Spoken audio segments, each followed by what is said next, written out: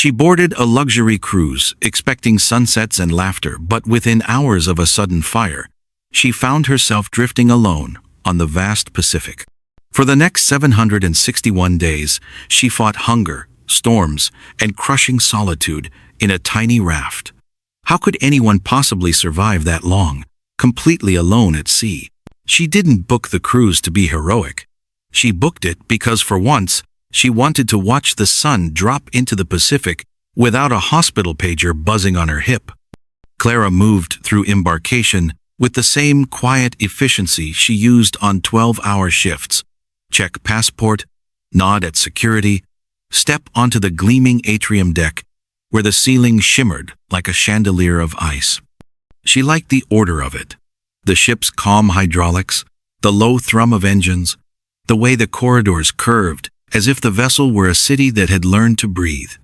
On day 5, a warm wind ran the length of the promenade, and the horizon was a perfect coin.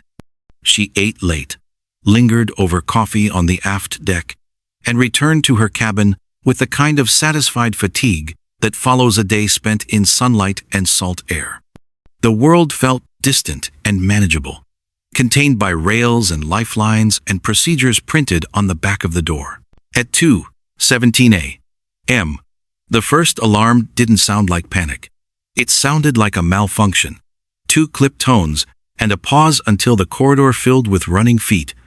The second alarm came with the ship's voice, urgent and metallic, summoning passengers to muster stations.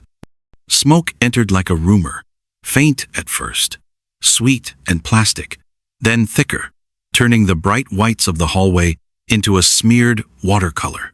Clara laced her shoes with hands that had tied gauze in emergency rooms at 3 in the morning. Muscle memory took over.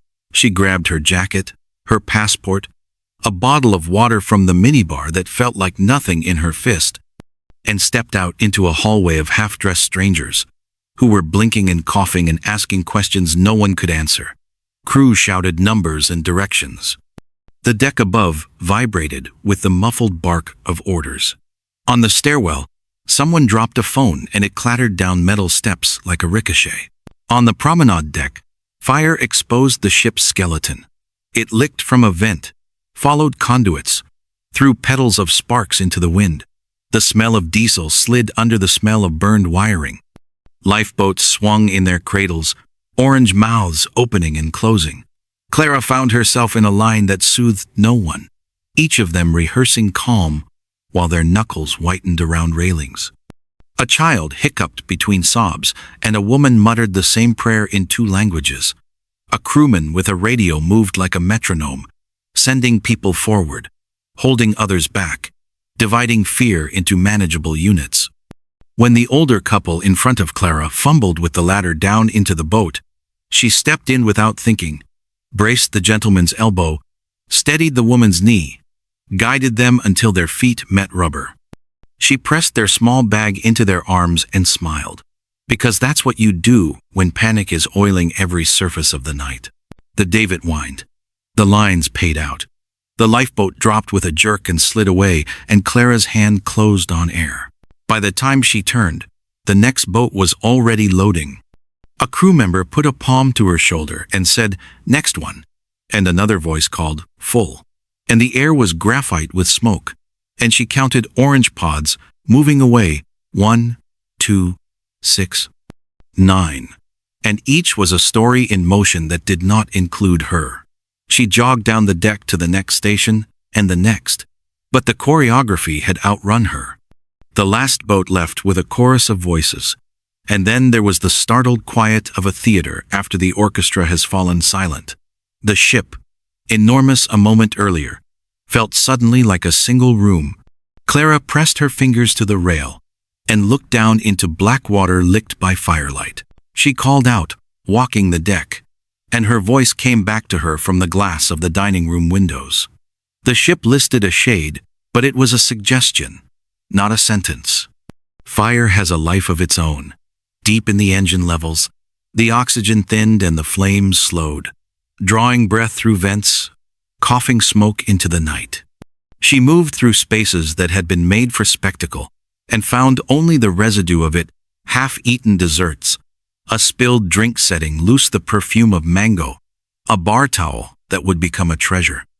In a service corridor, she found a locker propped ajar, and inside it, the quiet wealth of a standard emergency kit.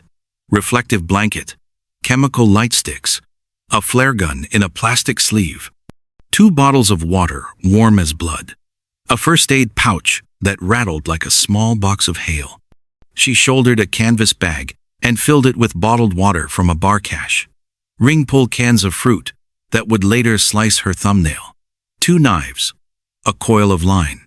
She moved fast because speed was a kind of shelter. If she kept moving, the mind would not splinter. At the stern, a half-deflated inflatable raft sulked under a tarp. Its canister had been cracked, the painter line cut short, its canopy torn along a seam.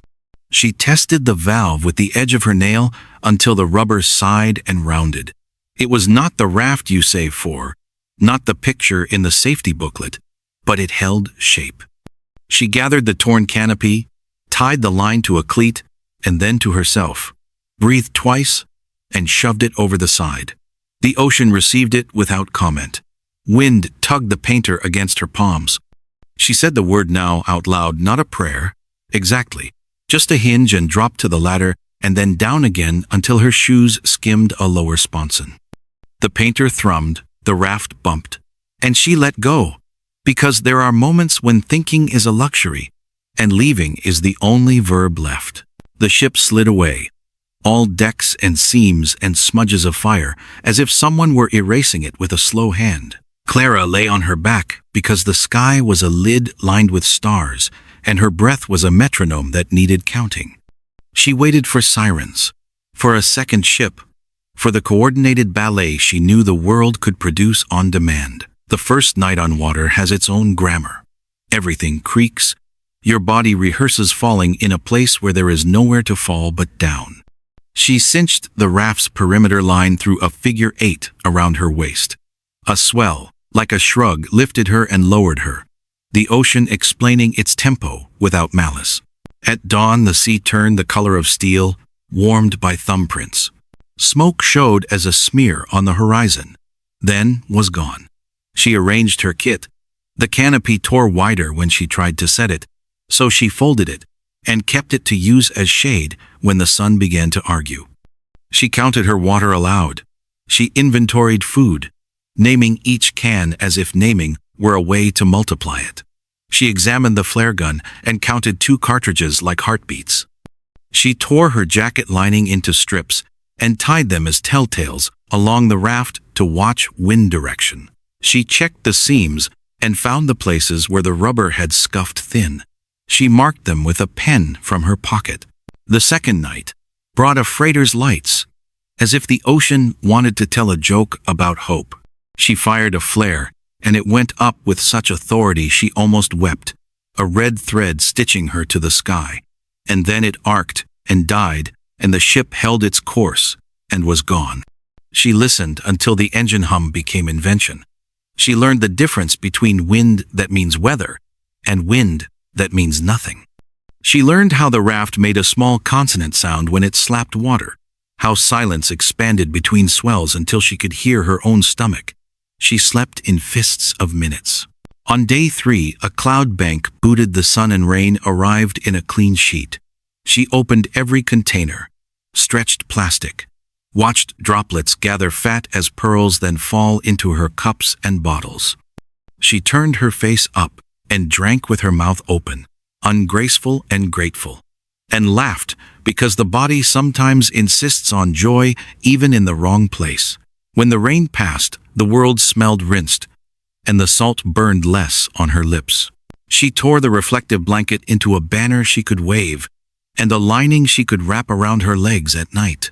She began to speak into the air, softly at first, narrating the mundane as if a patient needed reassurance. I'm going to check the knot now. I'm setting the line here. I'm going to rest for 5 minutes. There was no one to comfort but herself. In the afternoon, she said her brother's name, and the raft did not tilt. She said it again, and the syllables steadied her heartbeat. The sun dropped into the water like a coin, and came up again, and the ocean kept no account of it. She marked the inside of the raft with a pen, one small vertical line for each day, because numbers are a way to tether yourself to time when clocks have lost jurisdiction. She did not know she had already begun to practice the sentence she would repeat for the rest of her life. Survive one more day, then ask what comes next. Morning became a system. Before the sun found the pale places on her forearms, she checked the seams, pressed on the floor for softness, patched with adhesive squares that smelled like fruit peel. She cut a panel from the torn canopy and stitched it to the raft's arch, with thread teased from her socks and a needle coaxed from the first aid kit. The stitches were crooked but sturdy, a small roof against the cruelty of noon. She built a water ritual from whatever physics the raft could afford. Shallow bowls of seawater, beneath a plastic dome, waited at the center, an incline that persuaded condensation to run toward a cup. The yield was stingy, but measurable. She learned to leave the stills alone, not to lift the plastic early to comfort herself, because hope can evaporate like anything else if you thumb it too often. Food was a math problem, with old hunger sitting in the back row, raising its hand. She opened a can only when her hands shook, spooned out halves, and then quarters, pressed lids back down like she could reseal time. The fishing kit offered a coil of line, 2 hooks, and promise. For 3 days the fish were rumors, silver flickers she could not translate. On the 4th, a shadow hit the line like punctuation, and the raft tipped as if surprised. She hauled, elbows tight, and a small mackerel burst into the raft, all muscle and light. She said, "I'm sorry," and meant it, then handled the knife with the care she reserved for delicate veins. Raw fish tastes like iron and a rival. She ate too quickly, and the salt punished her for it. After, she cleaned the hook with fresh water like a sacrament. She began to understand the sky. Thin mare's tails meant changes that would be kind to her. Anvils on the horizon meant she should braid rope and talk to herself about ballast. The first storm found her underprepared. Wind stood the ocean on end. The raft rose and fell until the word fell, lost its meaning, and became the only thing. She lashed herself with a bowline around her waist and a clove hitch to the grab line because the names of knots had always comforted her. The order in them, the logic. Water came from everywhere, hands of it slapping, fists of it trying to remove her from the small circle she had claimed. Lightning lit the world in white negatives, and for a second she saw how ridiculous and brave she looked, and she laughed because the alternative was to let fear speak for both of them. At dawn, the raft held. The canopy hung in new tatters, and she took inventory with a medic's dispassion. Lost one knife, lost one bottle, lost a little fear of storms. Because knowledge is an anesthetic, even when it doesn't remove pain.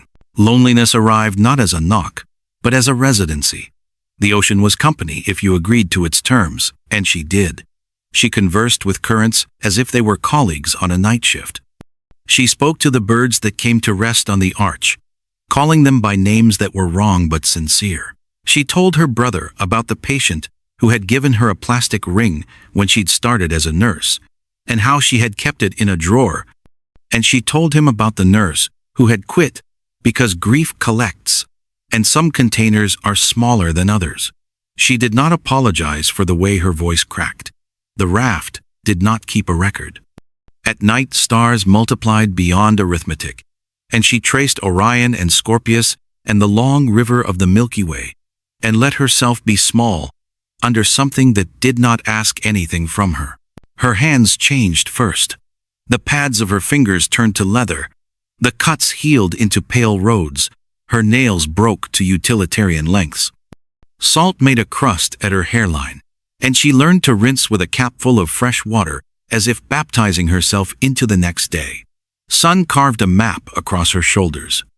Sleep became a rope bridge she crossed in pieces, waking to check lines, dozing until a slap of water suggested the universe had something to say.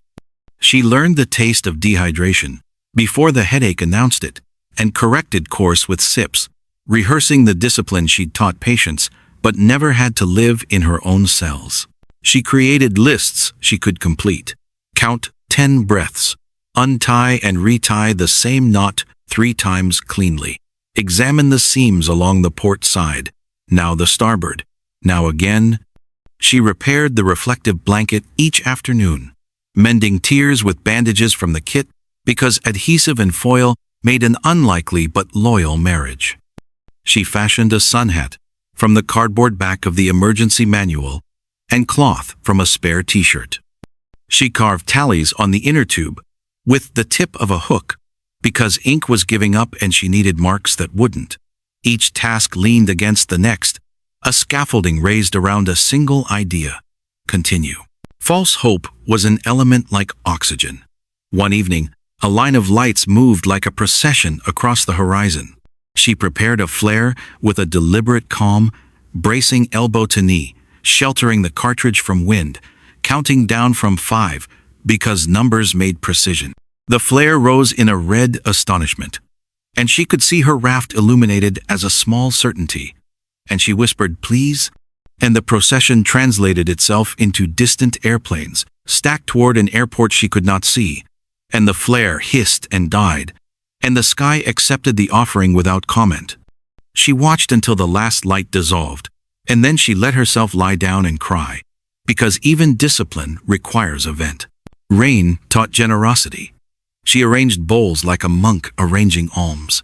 Drought taught humility. She went 12 days without a cloud and moved through her stores like a ghost stepping through furniture. On the 13th day, a squall blossomed, and she sang into the weather in a voice she did not recognize. The ocean answered in its dialect. Chop, spill, lift, lower.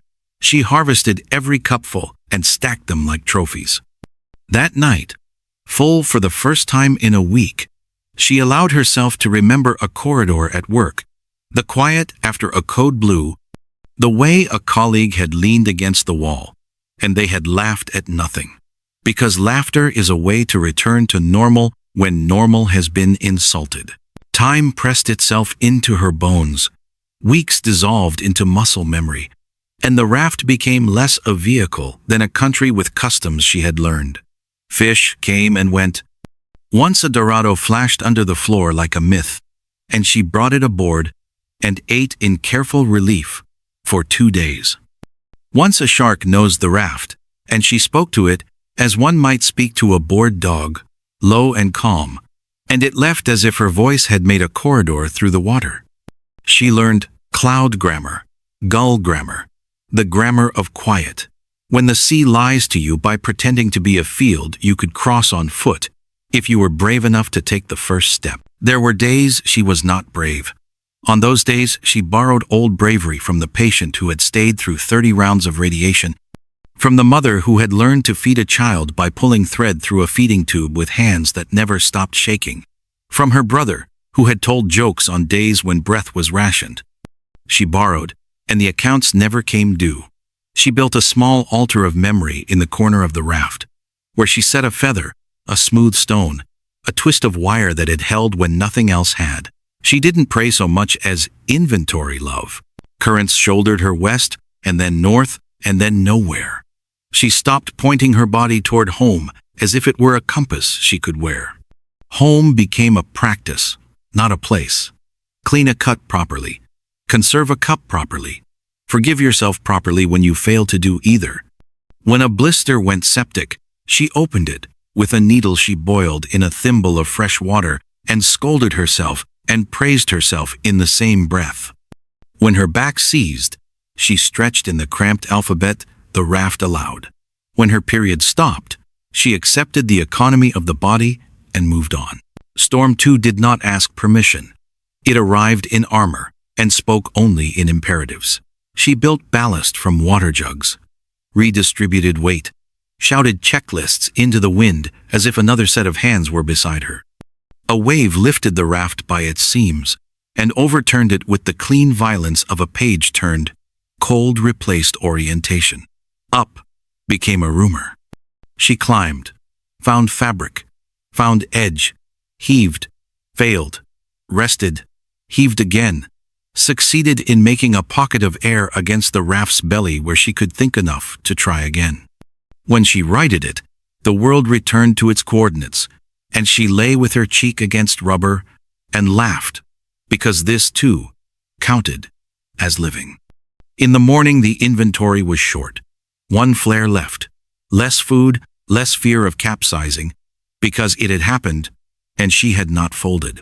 The ocean did not applaud, but it tolerated her, and tolerance from a thing that could end you without noticing felt like grace. She marked another line on the tube. She tightened a knot she had tightened 100 times. She watched the rim of the world for a shape that would become a ship, and told herself the same sentence that had kept men and women upright in deserts and hospitals and midnight apartments with rent due. One more day. By the time the raft had carried her past 500 days, Clara no longer thought of survival as an act of desperation, but as the rhythm of her existence. She rose with the light, checked the seams, counted her water, fished when fish came, endured when they didn't. Her body had grown hard and lean, her skin the texture of cured leather, her hair bleached by salt, until it resembled pale rope. Yet even as her body withered, her instincts sharpened. She knew the ocean now. She could smell the promise of rain before the first drops fell. She could tell the difference between the hiss of a gentle squall and the throatier roar of a storm that would try to undo her. But the ocean never stopped testing her. On day 580, the horizon bruised black, and the air thickened with static. She braced herself, tightening every line, rationing breath as the first wall of water struck. The storm threw the raft like a doll. Waves taller than houses lifted her into the air, then dropped her into valleys of green water that wanted to close over her head. She tied herself to the raft with a rope around her waist and clung while the canopy shredded again. At one point, a crest broke directly over her, filling her mouth and nose with salt, tumbling her into weightless darkness. When she surfaced, coughing, half the gear she had clung to for months was gone. Still, the raft held, and so did she. When the sea finally quieted, she lay on her back, eyes closed, hearing only her pulse. Hunger gnawed, but despair was the louder voice.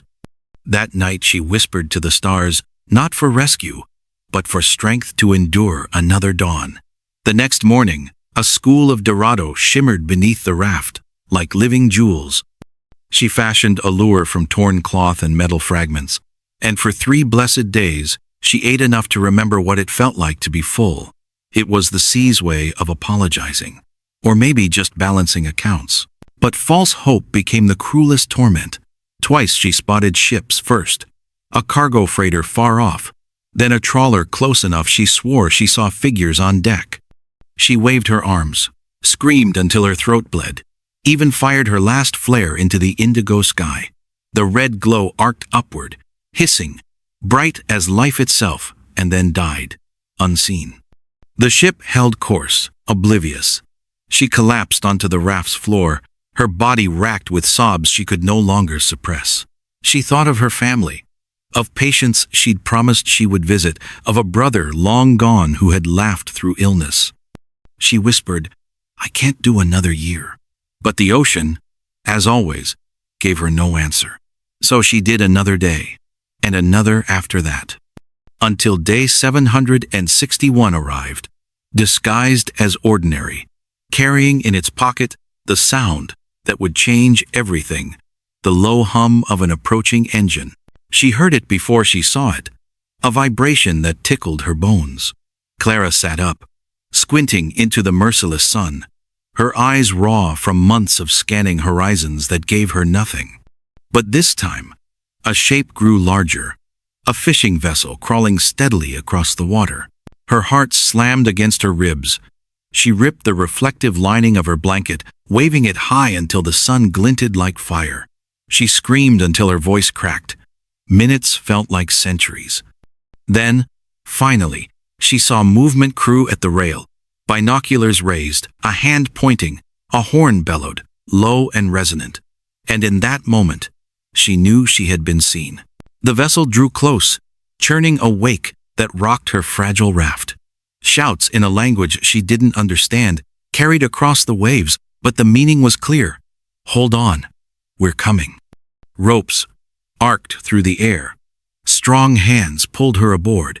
She collapsed on the wooden deck, sobbing into the grain.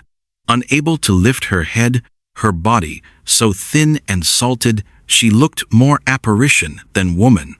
The fishermen stared, astonished, whispering to one another.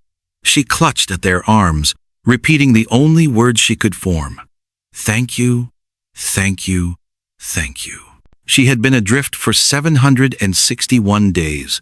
She had drifted thousands of miles across the Pacific Ocean, surviving storms, starvation, thirst, loneliness, and the slow erosion of time. Doctors later said her decision to keep her shoes on during her ordeal, protecting her feet from swelling and infection, likely saved her life. Psychologists marveled at her ability to create rituals, to anchor herself in small tasks that preserved sanity. Maritime experts called it one of the longest survivals at sea ever recorded. But Clara never spoke about records. When reporters asked how she endured, she gave the same answer. I told myself to survive just one more day, one more sunrise. That was enough.